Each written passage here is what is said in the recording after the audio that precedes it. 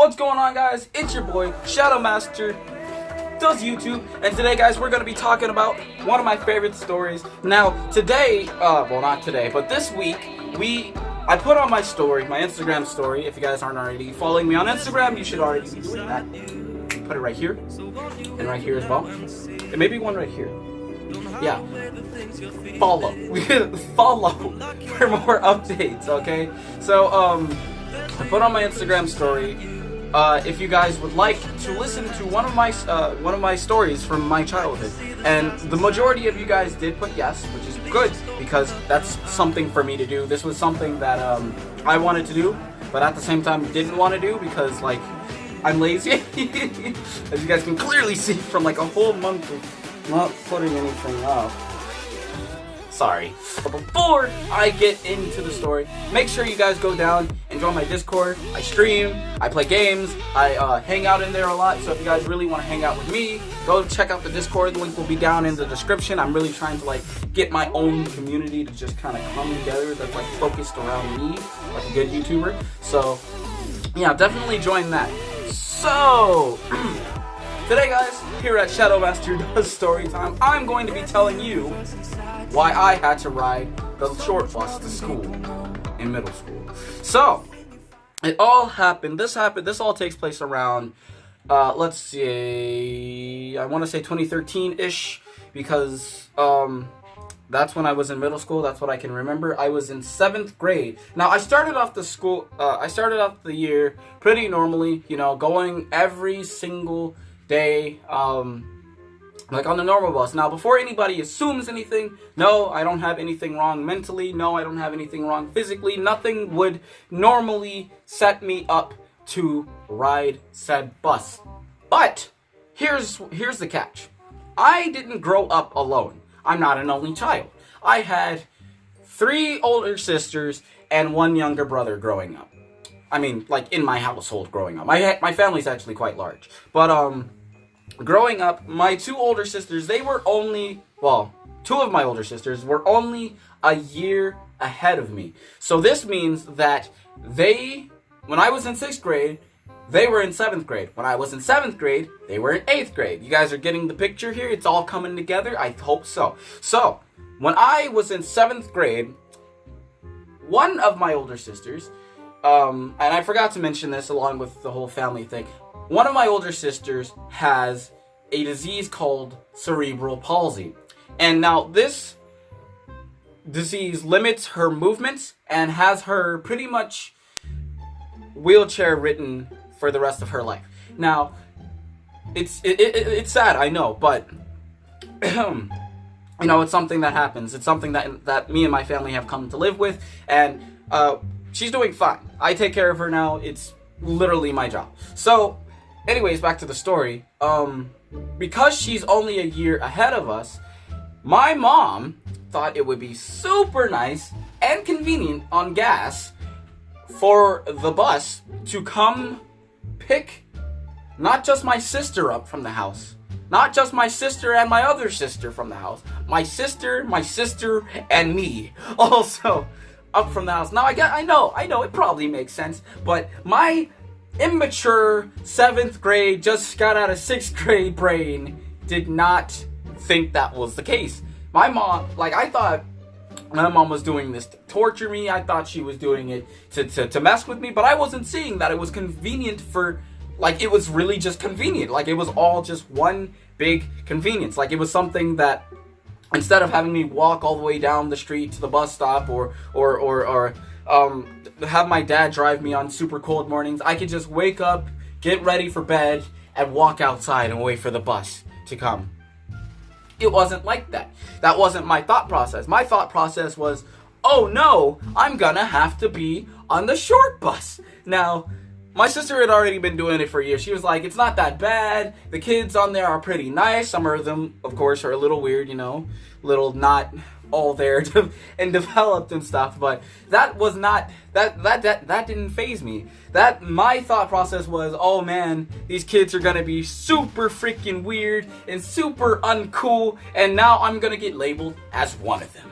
That was my thought process. I was freaking out.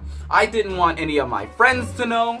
The bus had a schedule to where we would get to school before all of the other buses, just so my sister could, my sister in the wheelchair, by the way, could get off the bus on time and be there for breakfast along with the rest of the special needs kids. And so, like, yeah, no, that was super convenient for me because I could, ninja off the bus. I could just like sneak off. No one would know how I got to school unless somebody was paying attention. And of course, somebody was paying attention. But we'll talk about that later. So, one of my earliest memories from riding that bus is actually how warm that bus could get. Now, sometime, like, summer was coming, like, some of the, earlier, like, well, this is more actually towards the end of the year, thinking about it. No, not towards the end. Towards the beginning of the year. Because August is school time. August is when everybody goes to school. So, heat wave. September, heat wave. And so I remember that the bus was stupid hot. Like, I would get on the bus to go home in the middle of the heat. School got out at like 2:11 on some days. And I remember it being just ridiculously hot, and because like my brain was like not functioning properly to say that, oh hey, if you take off this hoodie you're not going to be hot anymore, I just kept my hood on. And so I would fall asleep on the bus, and sometimes like my other sister Bridget, she would actually have to wake me up to get off the bus. And it was kind of calming because all the other kids would get off the bus, and me, my sister, and my other sister would be the last ones to get back home. And so, like, now keep in mind, this bus doesn't go to bus stops. It literally has to go and take everybody to their houses. So we went around this whole, basically, like, city, this whole giant mountain that I have outside. I'll show you guys a picture on the screen here. This entire mountain, this whole range, just to get back to our house. And so I would fall asleep. But I do remember, because that it was so hot. Now, there were, like I said before, there were other kids on said bus. And so one of them, by the name, for now, we're just gonna call her Cece. Now, Cece, I don't want to say what her, I don't want to assume what her her functionality was, but let's just say that she was different. Now, she was short. She was kind of round. She was kind of like a I don't want to say a balloon, but like she was short and round. Let's just go with that. So she liked to sing a lot. And like I remember that one day, I was just sitting here, and she sat next to me, and she said, "You want to be my friend?" And I was, of course, frightened. I was frightened, of course, but at the same time, I knew better than to say, "No, I don't want to be your friend," because that would be mean.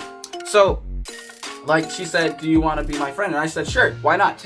But in that moment, I realized that she had literally rows of teeth. She had teeth coming out of her gums and behind her gums. So she had literally rows of teeth. Like, she could have been like a shark or something. But like I said, I don't want to know. I don't want to say what she had. I don't know if she was autistic or she had Down syndrome. So I don't really want to. I don't want to like just kind of like throw that into the air. But she was different. Let's go with that. She was different. Now, she really liked to sing. Now, one day, when this is one of my most memorable moments because it made us late getting home. But one day, it was on a particularly hot day, she started singing Rihanna's "Under My Umbrella," Ella, right? Of course, like, it was the norm. She had been singing, like, she liked to sing a lot. But she started stripping. Now, how did I know that she started stripping? Because she threw her shirt, her jacket, her bra, and that's when I knew it was time for me to look away like the pro I am. So then I felt the bus driver stop the bus and try to help her put her clothes back on. Now, like, I remember her, like, I don't want to say she was fighting with the bus driver, but she was, like, complaining and whining, and she just kept moaning, oh, it's too hot, it's too hot, it's too hot. And every time, like, the bus driver would, like, try to put the clothes back on her, like I said, she would just start crying and moaning that it was too hot. But before we knew it, we were back at her house. They called her parents out. Her parents escorted her back into the house, and we went on our happy little business. Now,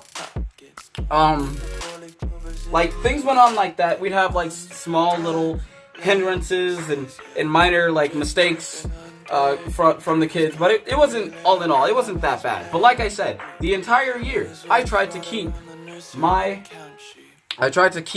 my secret, and that's where I messed up.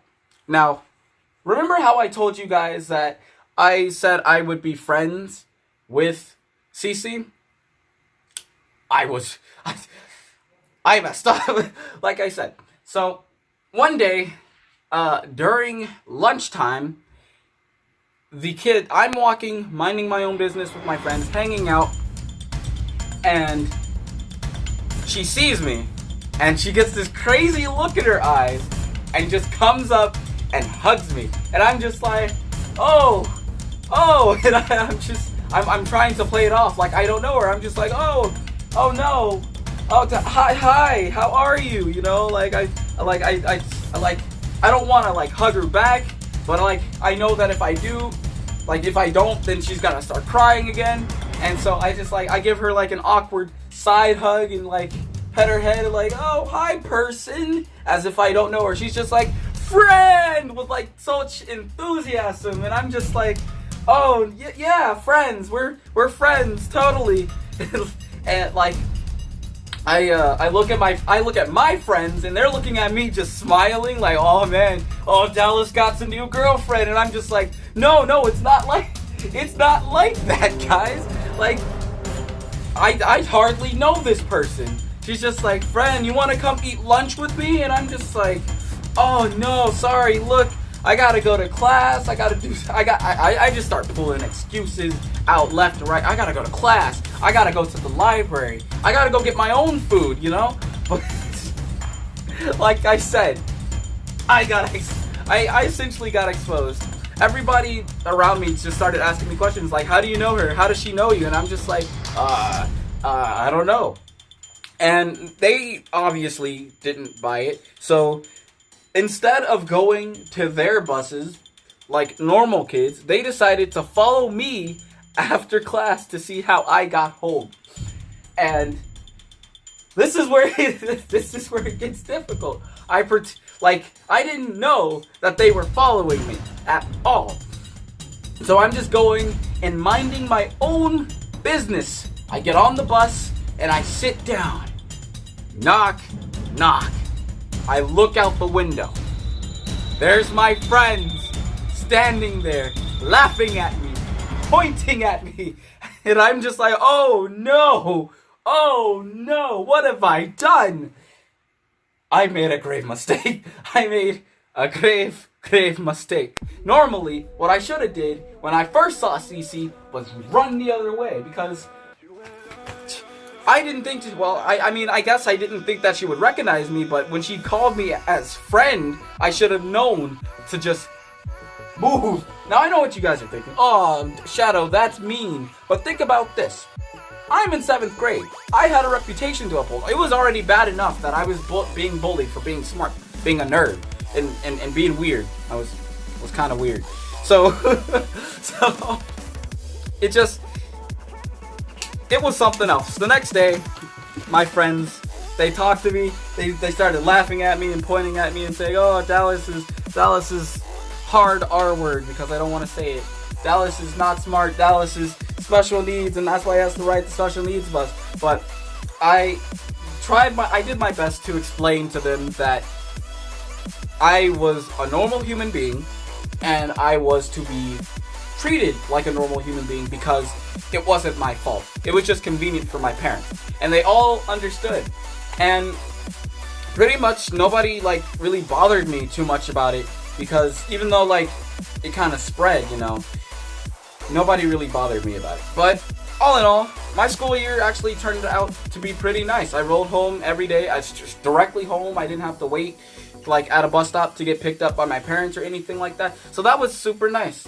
But anyways, that's all I have for my story.